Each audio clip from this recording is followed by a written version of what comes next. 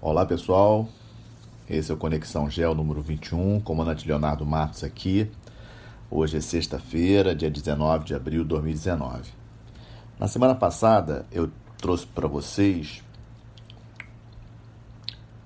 minha ideia sobre algumas colocações que foram feitas querendo comparar a situação da Venezuela com Cuba. E eu tentando mostrar por que eu acho que não é a mesma coisa.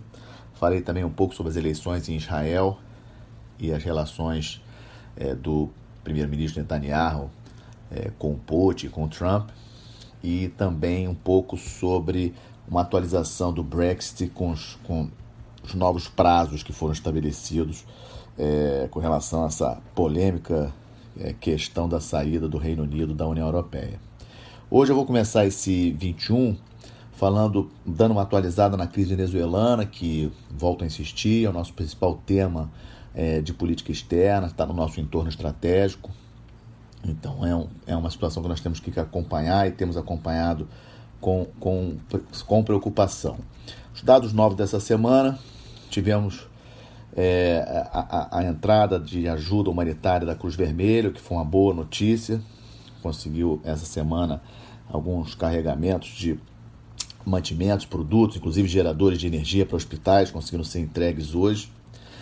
Lembrando que a Venezuela passa não apenas por uma crise econômica e social, mas também na área da saúde. Saiu um dado essa semana da Organização Mundial de Saúde dizendo que a Venezuela é o país com maior aumento de incidência de casos de malária, né? 1 milhão de casos em 2018, o país tem 30 milhões de habitantes, 32, então também é um caso preocupante. Também nessa semana, o presidente autoproclamado, o Guaidó, escreveu um artigo, publicou um artigo em alguns periódicos, convidando a China para mudar de lado. Foi bastante interessante essa carta do Guaidó, digamos assim, publicada em alguns periódicos, mostrando para a China que ela terá segurança de que vai receber em petróleo a dívida que a Venezuela tem com a China. Eu acho isso um ponto fundamental. A China é um elemento muito importante nessa equação aí de permanência do governo do Maduro. Também tivemos um novo aperto dos Estados Unidos tentando impedir que empresas de petróleo comercializem o petróleo venezuelano. Tudo indica que em pouco tempo apenas os russos, as empresas russas de petróleo vão conseguir fazer esse meio de campo em relação ao petróleo venezuelano, ou seja, compra o petróleo venezuelano e revende para outros países. Em especial aperto na Repsol espanhola e também em relação a Cuba, que recebe ajuda da Venezuela, mas também fornece muita ajuda à Venezuela em termos de médicos, em termos de elementos de segurança para a proteção do presidente, etc. E também uma outra reportagem interessante que saiu essa semana da rede americana CNN sobre o incremento do uso da Venezuela como rota importante do tráfico de drogas na América do Sul, ou seja, os grupos narcotraficantes colombianos utilizando o território venezuelano para escoar produção de cocaína via portos venezuelanos para a Europa, para os Estados Unidos, com forte participação, segundo a reportagem da CNN, de elementos do governo, principalmente militares venezuelanos. Uma fonte de riqueza grande. A CNN coloca que esse seria um dos motivos também pelos quais os militares não trocam de lado, porque estão ganhando bastante dinheiro com essa questão do narcotráfico via Venezuela. O segundo tópico que eu passo para vocês é o que alguns analistas estão chamando de uma segunda primavera árabe, uma sequência de crises que estão acontecendo ali no norte da África, começando pela crise na Argélia, que estourou em fevereiro. O presidente da Argélia, o Abdelaziz Bouteflika, estava no governo há 20 anos e tinha anunciado no início de fevereiro que queria um quinto mandato com a eleição presidencial que seria agora em abril. E os protestos foram bastante intensos, inicialmente pacíficos, mas a coisa começou a escalar na Argélia. A Argélia é um importante produtor de petróleo e gás, faz parte da OPEP, e a situação que o Bouteflika renunciou agora no início de abril, um presidente interino assumiu, Já foram marcadas eleições presidenciais para 4 de julho, mas ainda, a situação ainda está bastante tensa. Os militares são elementos importantes na estabilidade do país, estão acompanhando com uma certa preocupação. O chefe de Estado-Maior já declarou que a crise no país precisa terminar, então alguns analistas acham que isso aí foi uma, digamos assim, uma maneira dele dizer que se a situação no país não acalmar, os militares vão intervir com um governo mais forte. Então a situação da Argélia está bastante tensa. Outro país que passa uma situação bastante tensa é o Sudão. O Sudão também é um outro produtor importante de petróleo. O Omar Bashir no governo há 30 anos, renunciou, agora foi retirado, na verdade, do governo pelos militares agora no dia 11 de abril. No caso do Sudão, os militares efetivamente tomaram o poder e há uma pressão internacional para que eles convoquem eleições e já sinalizem de passar esse governo para os civis. Isso aconteceu também agora em abril. E também, mas a situação do Sudão também é bastante tensa, né? Não temos hoje como prever os desdobramentos dessa crise no Sudão. Hoje os militares têm uma junta militar no poder, mas não sabemos exatamente como que vai ser o desdobramento dessa crise em outro país ali do norte da África. E a terceira crise que estamos acompanhando, a situação na Líbia. A Líbia também é um grande produtor de petróleo, grandes reservas de petróleo, com muitos interesses de empresas petrolíferas, francesa, italiana. E vamos lembrar que em 2011, na Primavera Árabe, a Líbia foi um dos países afetados, né? Aí, andando um pouquinho para trás, lembrando que a Argélia e o Sudão não foram afetados pela Primavera Árabe de 2011. Os países que mais foram afetados naquela época foi a Tunísia, a Líbia, o Egito, a Síria, um pouquinho o Bahrein. Então, mas no caso da Líbia, a gente lembra que o Gaddafi foi morto, foi assassinado em 2011, mas desde 2011 a Líbia não conseguiu se estabilizar. O país acabou ficando meio que dividido internamente. Existe um governo na capital Trípoli apoiada pela ONU, mas sem ter o controle do país como um todo, e a leste do país uma facção que hoje atualmente liderada pelo general Khalifa Haftar. E esse general Khalifa Haftar fez um movimento agora no março de avanço de tropas na direção da capital Trípoli. A capital Trípoli está mais ou menos cercada por essas tropas de Haftar. Há indícios de apoio de alguns países em relação a ele. O presidente do Egito, o general Sisi, já se pronunciou claramente favorável ao Haftar tomar o poder na Líbia de uma maneira geral. Então vamos aguardar os desdobramentos. Obviamente que toda essa confusão em países produtores de petróleo deixa o mercado de óleo um pouco instável, embora com a produção grande dos Estados Unidos e também com a Rússia junto com a Arábia Saudita segurando um pouco a questão da produção, do volume de petróleo oferecido no mercado, estão conseguindo mais ou menos manter o preço na faixa dos 60 e poucos dólares o barril. Mas sem sombra de dúvidas, é uma sequência de crises, Argélia, Sudão e Líbia, que deixam a região norte da África uma situação bastante tensa e que tem que ser acompanhado com cuidado.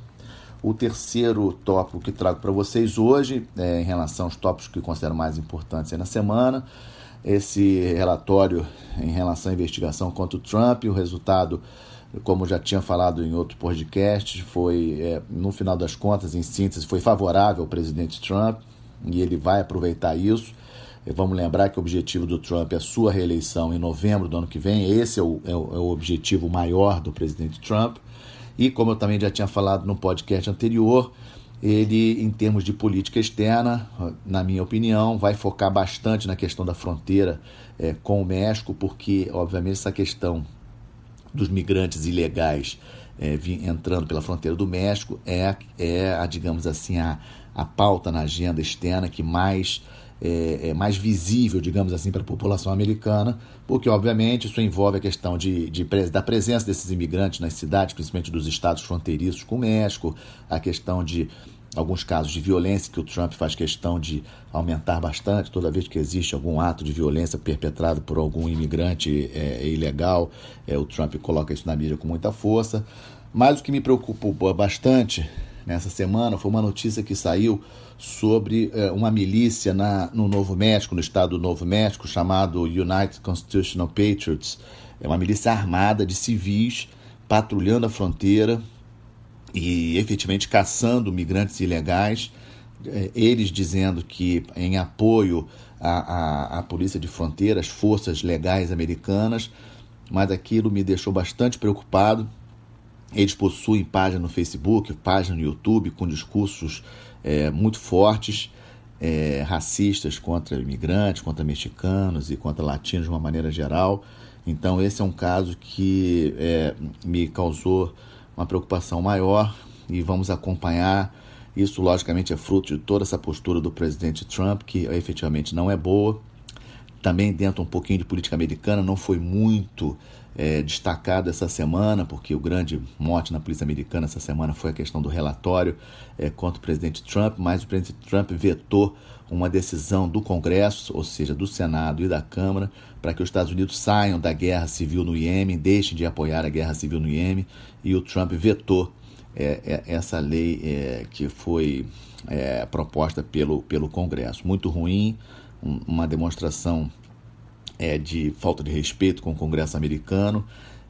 Não se tem certeza se o Congresso vai conseguir derrubar esse veto do presidente Trump, mas esse é um assunto que passou um pouco desapercebido essa semana, mas que considero bastante importante. A guerra no Iêmen, a guerra civil no Iêmen já dura 4 anos, milhares de mortos, e de um lado com a Arábia Saudita apoiando um lado da guerra, do outro lado o Irã, e os Estados Unidos fortemente apoiando a Arábia Saudita.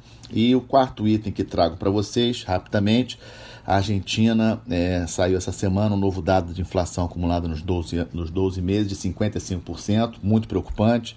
Lembrando que teremos eleições presidenciais na Argentina em outubro. A Argentina, um parceiro importante do Brasil, fronteira com o Brasil, ou seja, a estabilidade da Argentina é muito importante para o país. Uma inflação anual de 55%, ela é realmente preocupante.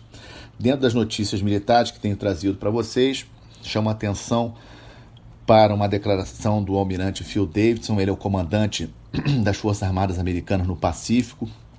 Ele é o comandante do comando integrado agora, que se chama Indo-Pacífico, ou seja, parte do Oceano Índico e parte do Oceano Pacífico. E ele colocando claramente a sua preocupação com relação às Forças Armadas Americanas naquela região, preocupadas, obviamente, com a China. Então, essa declaração do almirante Davidson, bastante interessante. Me chamou a atenção a colocação dele com relação à situação dos submarinos. Ele foi colocado que os Estados Unidos possuem, em termos de submarinos operacionais, cerca de 30 submarinos na região do Pacífico, num total de 51, e a estimativa é que a China consiga chegar a 70 submarinos agora em 2020. Então esse foi um dado que me chamou bastante atenção. Dos pontos que nós vamos manter muito um acompanhamento também, além dos que nós já comentamos anteriormente, mas alguns pontos que estão em andamento, as eleições segundo turno na Ucrânia, que vão acontecer nesse domingo.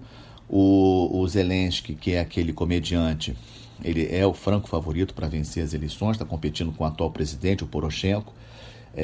Eu tenho para mim que o Putin quer exatamente isso, mais fácil de manobrar com um político inexperiente como o Zelensky do que com o Poroshenko, que já emitiu várias declarações de tentar se aproximar da União Europeia, da OTAN.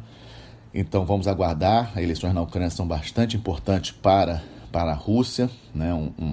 um protagonista do sistema internacional. Outra eleição que estamos acompanhando com cuidado é a eleição na Índia.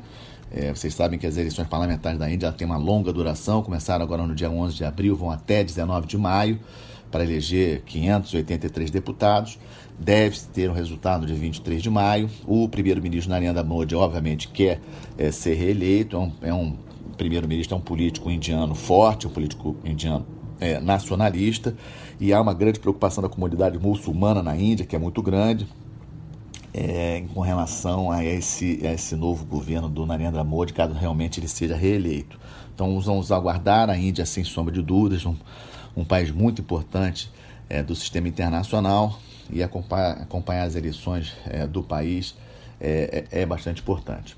E o terceiro evento que nós vamos acompanhar com bastante atenção é a grande parada naval que vai acontecer na China agora na terça-feira, dia 23, marcando os 70 anos de aniversário da Marinha Chinesa. Já estão confirmada a presença de representantes de delegações de 60 países. O Brasil está mandando também o seu representante para o evento, e também de navios de 10 países. O Brasil não manda navio, manda uma delegação, mas não manda navio. Esse evento essa parada naval é considerada dia 23, mas o evento como um todo vai durar 4 dias, começa na segunda-feira, 22.